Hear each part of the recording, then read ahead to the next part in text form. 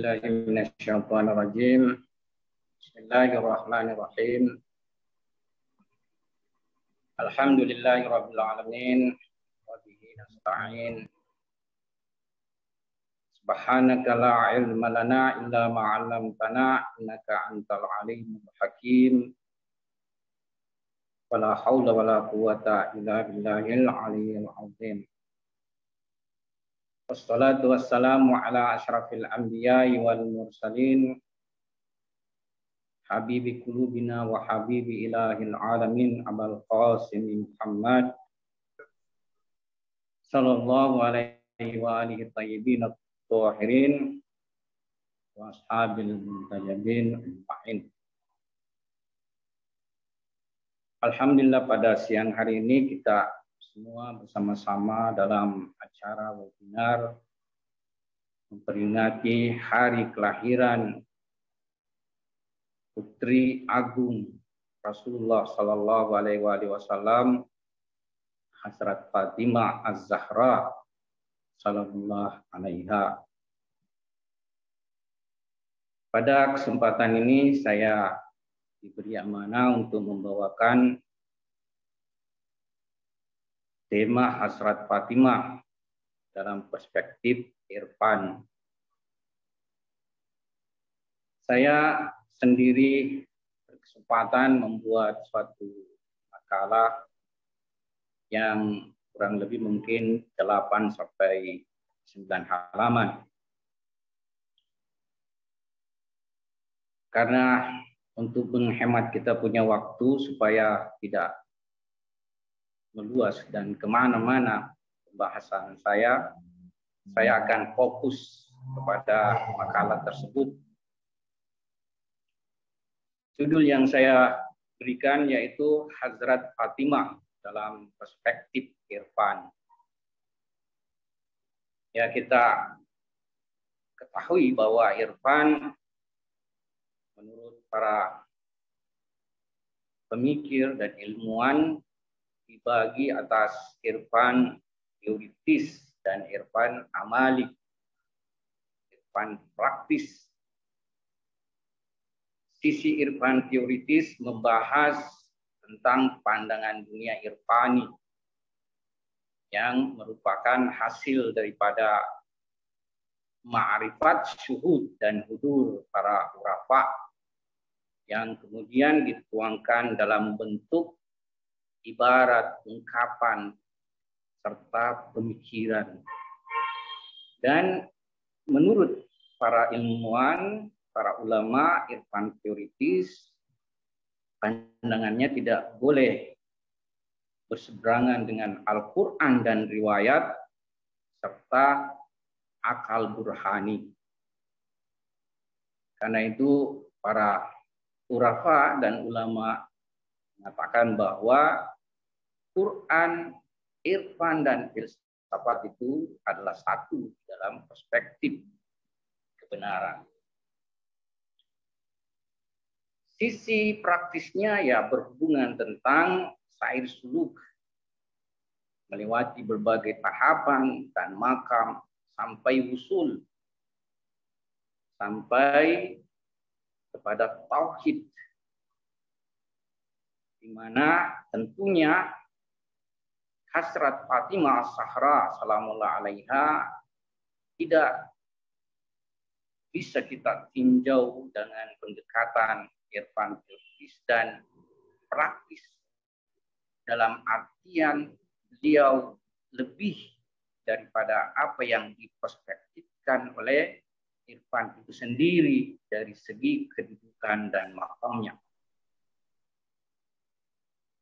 Riwayat-riwayat tentang makam dan kedudukan Hazrat Fatimah Salamullah Alaiha sangatlah banyak, dan kandungan yang terdapat pada sebagian riwayat-riwayat ini menunjukkan adanya kedudukan khusus, tinggi, agung, dan bahkan menakjubkan yang dimiliki oleh beliau Salamullah Alaiha.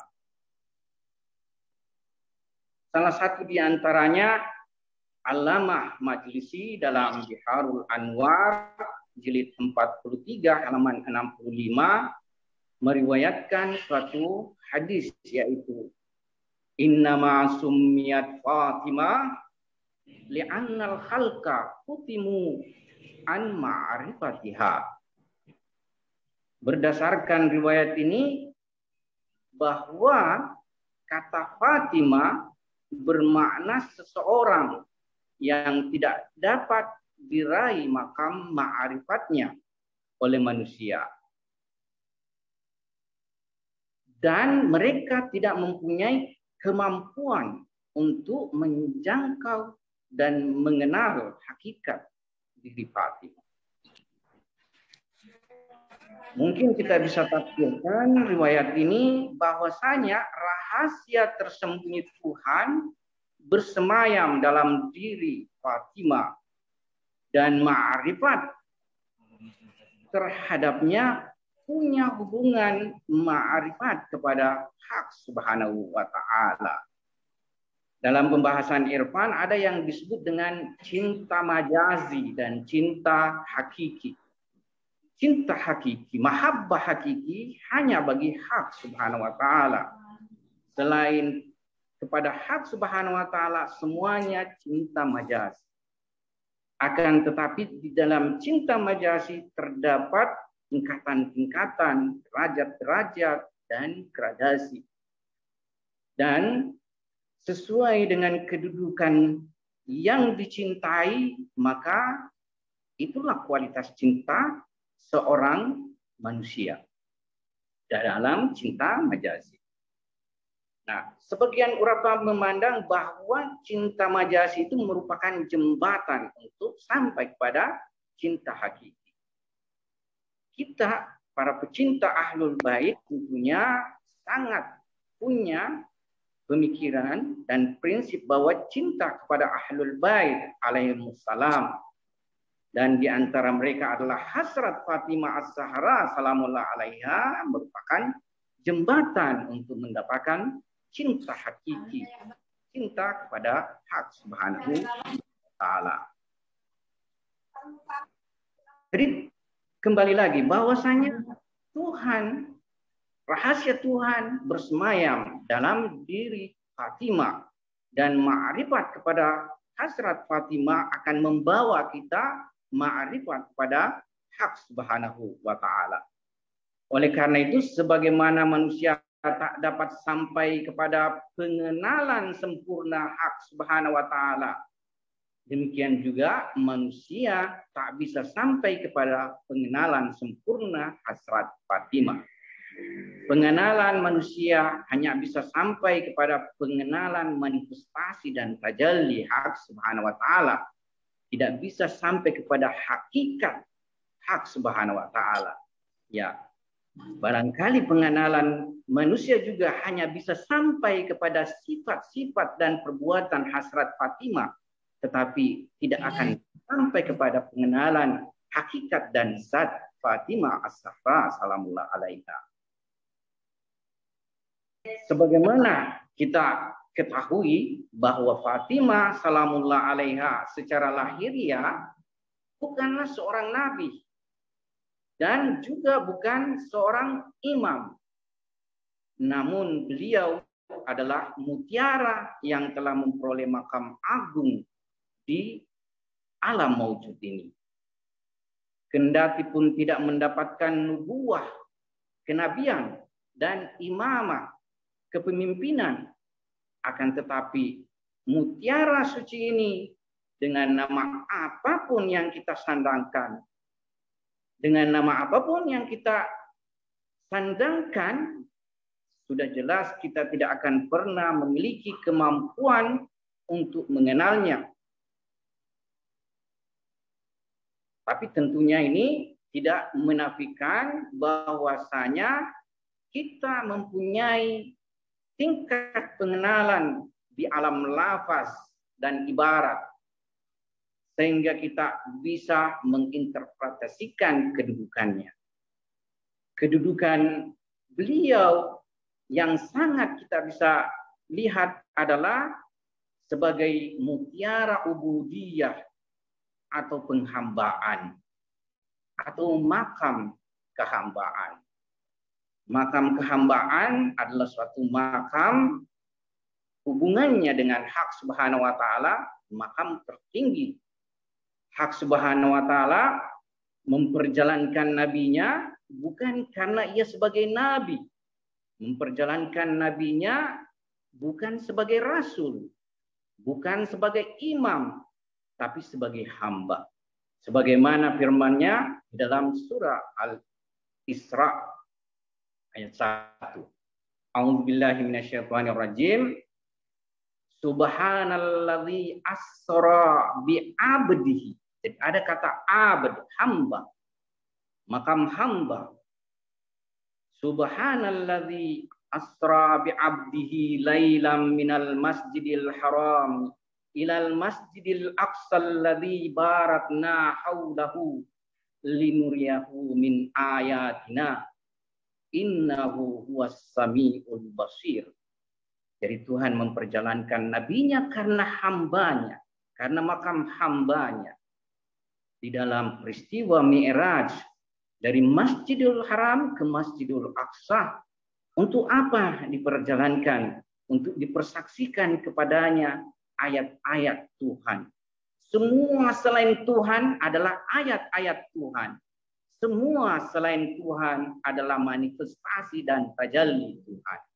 Dan semua tersaksikan oleh hasrat Nabi lewat mi'rajnya yang diperlihatkan oleh hak Subhanahu wa ta'ala. Jadi makam yang bisa kita interpretasikan pada diri Hazrat Fatimah adalah makam ubudiyah, makam kehambaan, makam abd, bukan makam kenabian atau imam, karena beliau tidak mempunyainya secara lahir. Menghamba dengan makna hakiki kalimat berarti tidak memiliki sesuatu apapun dalam diri, dan semuanya adalah hak Subhanahu wa ta'ala. Dengan demikian, hamba Tuhan adalah cermin Tuhan. Dari sinilah sehingga Imam Shadiq alaihissalam mengenai hakikat ubudiyah bersabda, ubudiyah dan penghambaan merupakan sebuah mutiara yang intinya adalah rububiyah. Al-ubudiyah jauharun kunhuha ar-rububiyah. Ubudiyah adalah suatu mutiara, adalah suatu permata yang mana hakikatnya adalah rububiyah. Jadi kehambaan pada hakikatnya adalah cermin dan manifestasi daripada rububiyah. Mutiara penghambaan adalah mutiara yang tersedia bagi semua manusia. Yakni jalan kehambaan semua terbuka bagi seluruh manusia. Tidak seperti jalan kenabian. Jalan kenabian sudah ditetapkan oleh Tuhan jumlahnya. Jalan keimamahan juga demikian. Sudah ditetapkan oleh Allah Subhanahu wa ta'ala jumlahnya. Tetapi jalan kehambaan, jalan yang tidak ditentukan Allah jumlahnya. Semua manusia tersedia jalannya untuk mendapatkan kehambaan hak Subhanahu wa ta'ala. Karena itu semua manusia dalam perkara ini memiliki potensi untuk sampai pada makam kehambaan. Dan jalan kehambaan atau mutiara kehambaan ini merupakan hakikat dan puncak untuk mendapatkan makam akhir irfani dan ma'rifat tauhid hak Subhanahu wa ta'ala. Ya. Nah, salah satu pembahasan yang sangat fundamental dan mendasar di dalam irfan Islami, di samping wahdatul wujud syakhsi atau tauhid irfani, adalah insan kamil, muwahhid irfani. Dalam Quran, tauhid itu adalah tauhid wahdatul wujud syakhsi, ya, dengan berbagai tentunya penjelasannya, yang mana banyak disalahpahami, baik itu yang berpihak kepada pandangan teoritis ini maupun yang menentangnya. Makanya kalau mau memahami secara baik pandangan wahdatul wujud saksi itu harus ngaji. Orang harus ngaji irfan teoritis.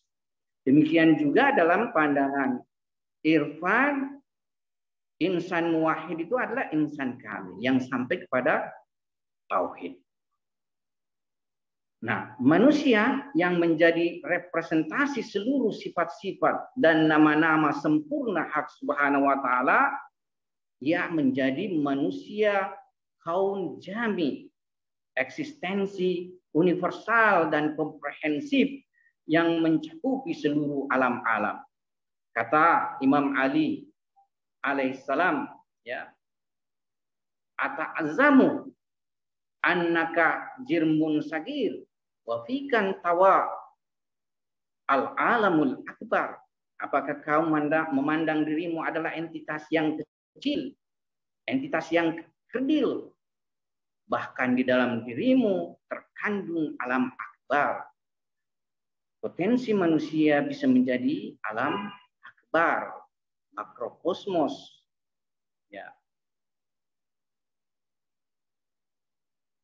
Jadi insan kamil dia mencapai insan universal, al-alam akbar, yang mana meliputi alam nasud, alam malakut, alam jabarut hingga mema'rifati alam lahud. Dalam pandangan Imam Khomeini Qudusisiru, ya. Imam Khomeini Qudusisiru hari lahirnya bertepatan dengan kelahiran Hazrat Fatimah Az-Zahra, yaitu tanggal 20 Jumadis Tsani. Beliau lahir bertepatan dengan kelahiran daripada bunda beliau. Menurut beliau, insan kamil ibarat cermin yang memantulkan gambaran hak Subhanahu wa taala, dan Tuhan menyaksikan dirinya dengannya. Di samping itu, insan kamil juga cermin penyaksian seluruh alam eksistensi. Insan kamil adalah barzakhul barazih, yaitu perantara, yaitu barza antara wajibul wujud dan mumkinul wujud. Sebab keterkaitan wajibul dengan mumkinul wujud itu tidak mempunyai keterkaitan. Satu wajibul wujud, satu mumkinul wujud. Karena itu mesti ada barzah antara, yang mana antara tersebut salah satu sisinya menghadap kepada wajibul wujud dan sisi lainnya menghadap kepada mumkinul wujud, dan dialah yang menjadi wasilah daripada emanasi hak Subhanahu wa taala kepada maujud-maujud ciptaan. Nah, pandangan ini sesuai dengan satu hadis di mana Rasulullah Sallallahu Alaihi Wasallam berkata, "Khalaqallahu Adama ala suratihi." Allah menciptakan Adam atas bentuknya. Ibnu Arabi, Syekh Al-Akbar dalam Irfan, yaitu Ibnu Arabi, dalam mengomentari hadis ini berkata, sesungguhnya dia menciptakannya atas rupanya, bahkan dia identik hakikatnya dan huyahnya, yakni manusia diciptakan dalam rupa Tuhannya, bahkan ia identik hakikat dan huyah Tuhan. Pensyarah Fususul Hikam Kaisari dalam mengomentari ungkapan dari Ibnu Arabi ini berkata, yang dimaksud dengan surah, rupa, bentuk adalah nama-nama dan sifat-sifat ilahi, yakni Tuhan menciptakan manusia dengan makam tersifati seluruh nama-nama dan sifat-sifatnya, bahkan identitas dan hakikat ilahi tersembunyi dalam hakikat manusia. Karena itu identitas manusia identik dengan identitas Tuhan. Oleh karena itu, manusia adalah mazhar dari al-ismu al-a'zam. Al-ismu al-a'zam, nama paling agung Tuhan yang mengumpulkan seluruh hakikat nama-nama sempurna hak Subhanahu wa taala. Ustadz Ayatullah Allamah Hasan Sadeh Amuli, seorang urafa kontemporer, dalam kitab Mumiddul Himam dar Syarh Fususul Hikam menambahkan satu fasun, satu permata, satu mahkota dari Fususul Hikam yang merupakan karya monumental Syekh Ibnu Arabi.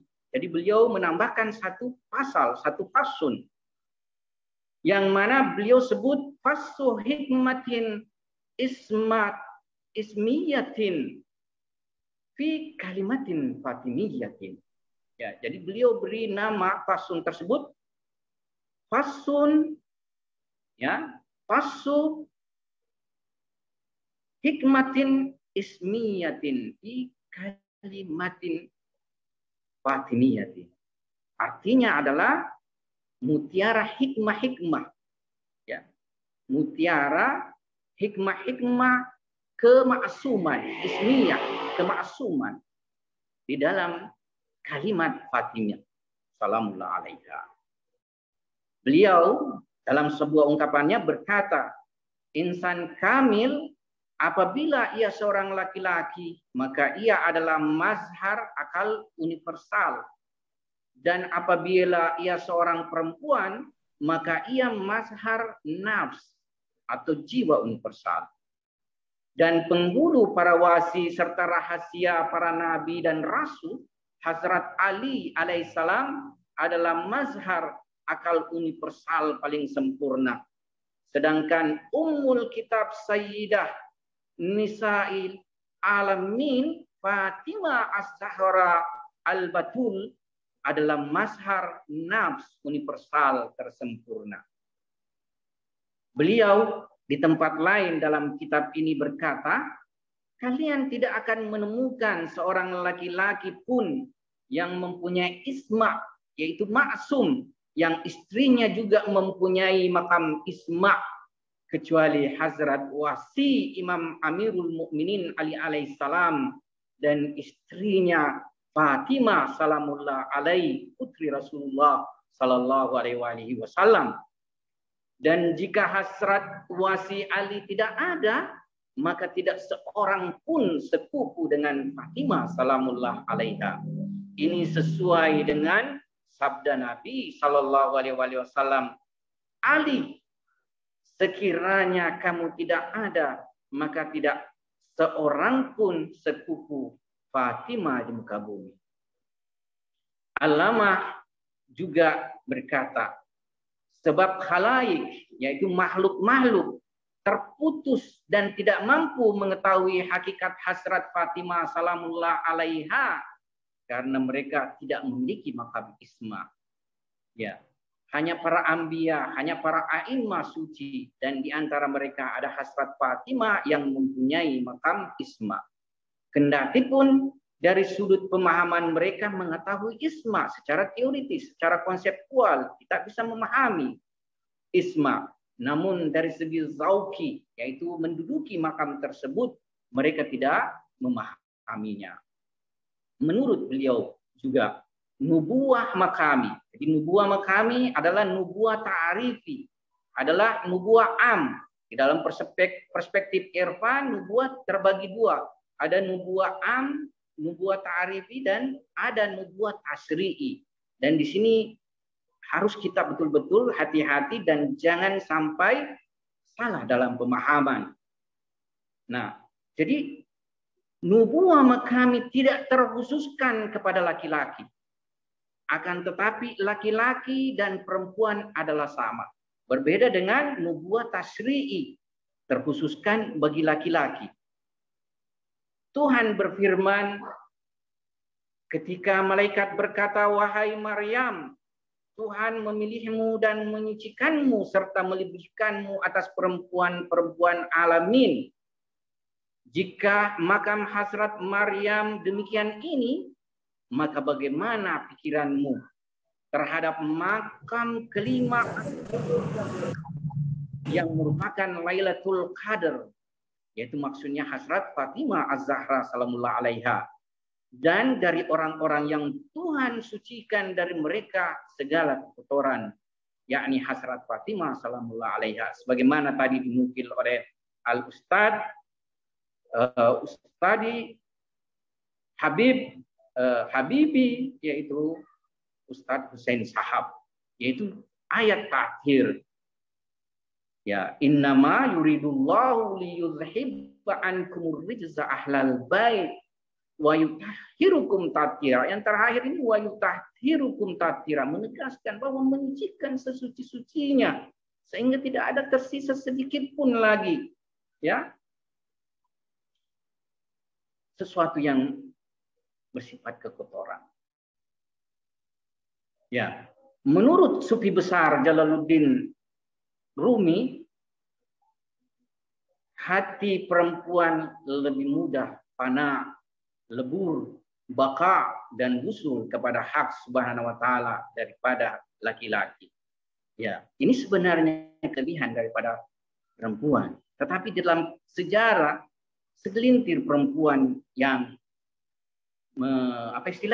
dengan kelebihannya ini melakukan perjalanan sedemikian tingginya sampai puncak makam yang mesti dicapainya. Sangat sedikit kita menyebut misalnya para urafa, segelintir sekali perempuan dari nama-nama mereka. Ya, menurut Jalaluddin Rumi, hati perempuan lebih mudah panah, lebur, baka, dan usul kepada hak Subhanahu wa Ta'ala daripada laki-laki. Ya. Nah, boleh jadi ungkapan beliau ini dikarenakan pada diri perempuan terdapat potensi-potensi nama-nama jamaliyah. Jadi hak Subhanahu wa Ta'ala memiliki dua nama, yaitu nama jalaliyah dan jamaliyah. Jalaliyah terdiri dari nama-nama yang bersifat menegasikan, sementara jamaliyah terdiri dari nama-nama yang mengafirmasikan. Jadi kalau bersifat negasi seperti mematikan itu merupakan tajalli dari nama jalaliyah, tapi bersifat mengafirmasikan seperti menghidupkan itu merupakan tajalli daripada nama jamaliyah. Ya. Jadi jamaliyah seperti Ar-Rahman, Ar-Rahim, rahmat, Rahim, kasih, sayang, Al-Latif, kelembutan, As-Salam, keselamatan, dan lainnya, semuanya merupakan nama-nama jamaliyah dan itu mengental pada perempuan. Ya. Tetapi bukan berarti perempuan tidak mempunyai nama-nama jalaliyah. Tadi disyaratkan oleh Ustadz Hussein Sahab tentang Tanah Padak. Kita mengetahui bahwa Hazrat Fatimah, tajalli nama-nama jamaliyah hak Subhanahu wa Ta'ala adalah merupakan tajalli sempurna dari dirinya, kasih sayangnya, pengorbanannya, ya, semua nampak dari Hazrat Fatimah salamullah alaiha. Tetapi apakah tidak ada tajalli jalaliyah? Tidak, karena di dalam jamaliyah juga tersimpan jalaliyah, sebagaimana di dalam jalaliyah juga tersimpan jamaliyah. Dalam sejarah kehidupan Hazrat Fatimah, jalaliyah pernah nampak pada dirinya. Kapan ia nampak? Ketika Tanah Padak dirampas dari dirinya. Dirampas dari tangan Ahlul Bait. Ketika itu nampak jalaliyah ilahi pada diri Hazrat Fatimah. Dia tidak menerima. Hazrat Fatimah tidak menerima wilayah dirampas. Hazrat Fatimah tidak menerima Tanah Padak dirampas. Karena itu jalaliyah hak Subhanahu wa Ta'ala pun muncul dari dirinya. Dan beliau tidak menerima siapa orang yang merampas dan berpihak pada orang yang merampas daripada hak-hak yang dimiliki oleh Ahlul Bait, yang diberikan oleh Allah Subhanahu wa Ta'ala kepada mereka. Saya ini sebenarnya pembahasannya panjang, ya, masih tersisa. Saya khawatir waktu saya punya kawan, saya punya ustadz yang lain terambil. Karena itu saya simpan pembahasan terakhir ini. Ya, pembahasan terakhir ini juga sebenarnya sangat menarik tentang sebuah riwayat yang sangat menakjubkan dan bisa jadi kita akan salah di dalam memahami riwayat ini. Riwayat itu berbunyi seperti ini, ya. Ya Ahmad. Jadi ini riwayat hadis qudsi. Ya Ahmad, laulaka lama khalaqtul aflad. Wahai Ahmad. Jadi nama nabi di alam transenden adalah Ahmad, ya. Wahai Ahmad, sekiranya bukan kamu, tidak aku ciptakan alam raya ini. Walau Ali lama khalaqtuka. Dan sekiranya bukan Ali, aku tidak menciptakanmu. Walau la Fatimah lama khalaqtukuma. Dan sekiranya bukan karena Fatimah, tidak aku ciptakan kamu berdua. Nah, riwayat ini sangat menakjubkan. Tapi saya minta maaf karena waktu sudah saya gunakan banyak. Kalau ada waktu, saya akan membahas pada kesempatan. Sekian. Wabillahi taufiq wal hidayah. Assalamualaikum warahmatullahi wabarakatuh.